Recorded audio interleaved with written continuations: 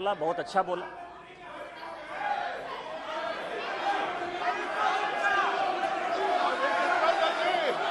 Speaker sir Gaurav Gogoi जब बोल रहे थे इस कांग्रेस पार्टी को शहादत के बारे में, लोगों का क्या बलिदान है इसके बारे में कुछ पता नहीं है।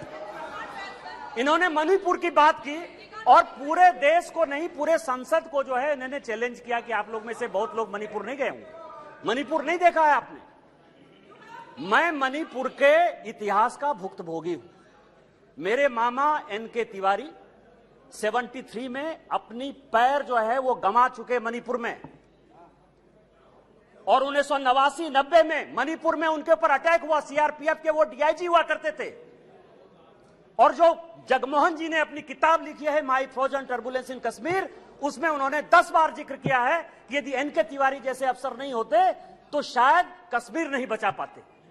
और वही एनके तिवारी जब मणिपुर में आईजी बनकर गए तो आपकी सरकार ने उसी ओपीएम लॉबी के तहत उनको गिरफ्तार कर लिया और कोर्ट ने कहा कि ये आप कर सकते हैं।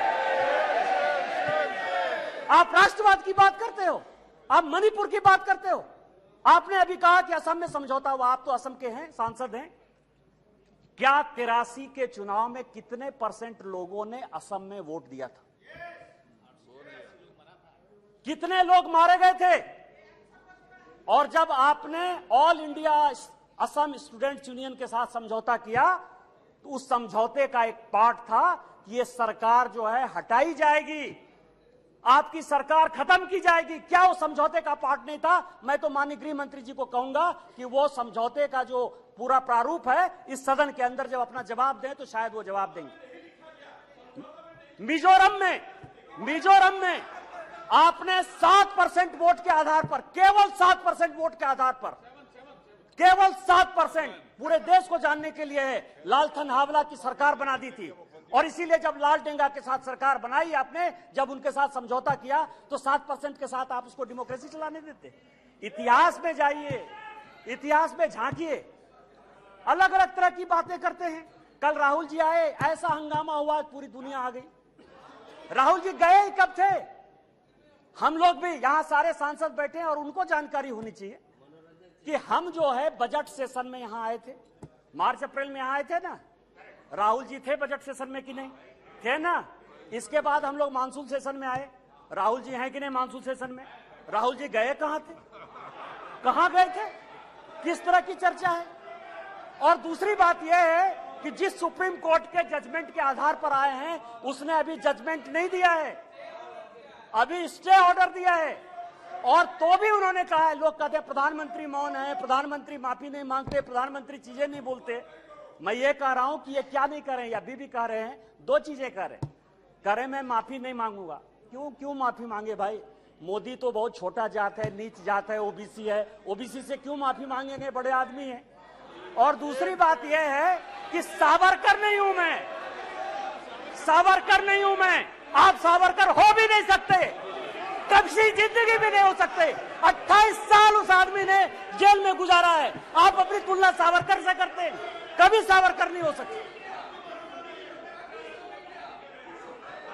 ये जो सवाल है सर, ये INDIA की बात करते हैं।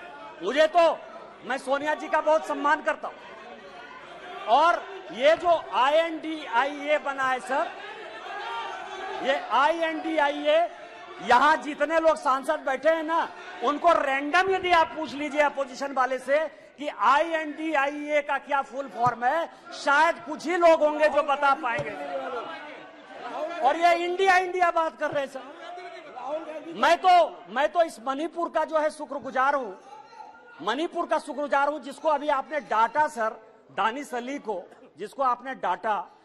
भारत माता की जय कहने पर भी उसको लगता है कि ये बीजेपी का नारा है। लेकिन मैं मणिपुर का शुक्रगुजार हूं कि जितना इंडिया जो है आजादी के बाद से कांग्रेस ने नहीं किया होगा, 1947 के बाद से उतनी बार इंडिया का यहां नारा लगा।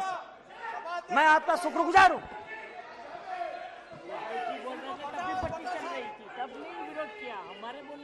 मेरे प्रधानमंत्री अध्यक्ष महोदय, मेरे प्रधानमंत्री एक बात कहते हैं कि ये अविश्वास प्रस्ताव नहीं है।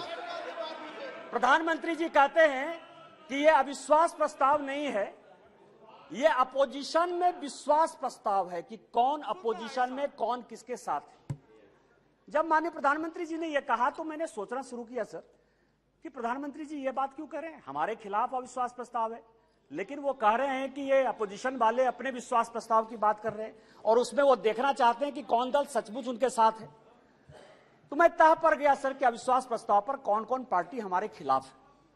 सबसे बड़ी पार्टी डीएमके है, बड़ा सम्मान करता हूं मैं, करुणानिधि जी का बड़ा योगदान रहा है इस देश को बनाने में। अब आप समझे सर कि 1976 में भ्रष्टाचार के आरोप के ऊपर इस कांग्रेस ने करुणानिधि जी की सरकार को बर्खास्त कर दिया और 80 में जब इंदिरा जी की सरकार बनी तो यही डीएमके उनके साथ हो गई। आप करें तो रासलीला, हम करें तो करेक्टर ढीला।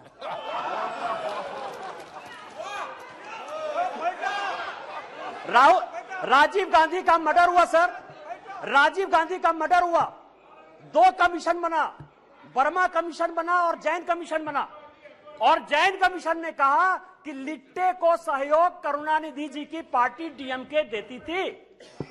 क्या जैन कमीशन गलत था? क्योंकि उस कमीशन को आपने उसके बाद भी आपके साथ है। मैं तो बहुत सम्मान करता हूं। आप ये बताएं कि आप भ्रष्टाचार की बात करते हो, आप ईडी, सीबीआई, इनकम टैक्स की बात करते हो, इसी सदन के बड़े इंपॉर्टेंट सदस्य हैं, मैं सम्मान करता हूं, मेरे दोस्त हैं, राजा साहब, कनी जी बैठी हुई है, दयानिधि मारन जिनका विभाग बदल गया। हमने आपके ऊपर 2G का केस लगाया, हमने बंद किया। उस गरीब महिला को सर, बेचारी महिला को इन लोगों ने जेल में डाला। आप हमारे खिलाफ हो। हमने क्या किया? हमने क्या किया? हमने आपका विभाग नहीं बदला, हमने आपका विभाग नहीं बदला। आप अपोजिशन का लेके आए हो, आप अपने पोजीशन पार्टी की बात कर रहे हो। दूसरी पार्टी है टीएमसी, दूसरी बड़ी पार्टी है जो प्रधानमंत्री जी ने कहा, उसी को मैं एक्सप्लेन कर रहा हूं सर कि प्रधानमंत्री जी ने, क्योंकि वो हरि अनंत हरि कथा अनंता वाली बात करते हैं, एक शॉर्ट लाइन में बात करते हैं। दूसरी पार्टी है सर टीएमसी। माननीय राजनाथ जी संजोग से बैठे हुए हैं। सिंगूर का बड़ा आंदोलन हुआ, भारतीय जनता पार्टी की सहयोगी थी, हमने साथ दिया टीएमसी का। माननीय राजनाथ सिंह जी पार्टी के अध्यक्ष होते हुए ममता बनर्जी के रैली में शामिल हुए, हमने आंदोलन को साथ दिया। यदि आज आप बंगाल में सरकार बनाए, उसमें हमारा भी कोई योगदान है, लेकिन आपको करप्ट किसने बनाया? नारदा का केस हमने आपके ऊपर नहीं किया, शारदा का केस हमने आपके ऊपर नहीं किया, इस कांग्रेस ने किया। आपका विरोध उस कांग्रेस से होना चाहिए कि हमसे होना चाहिए? तीसरी पार्टी है लालू प्रसाद जी की आरजेडी, ललन सिंह जी यहां बैठे हुए, हमने उनको जेल नहीं भेजा सर। मैं केवल ये कह रहा हूं किस तरह की ये अपोजिशन की यूनिटी है। एक जो गाना है ना सर, ये कैसा सुर मंदिर है जिसमें संगीत नहीं, गीत लिख दी दीवारों पर, गाने की सुर नहीं, गाने की रीत नहीं। मतलब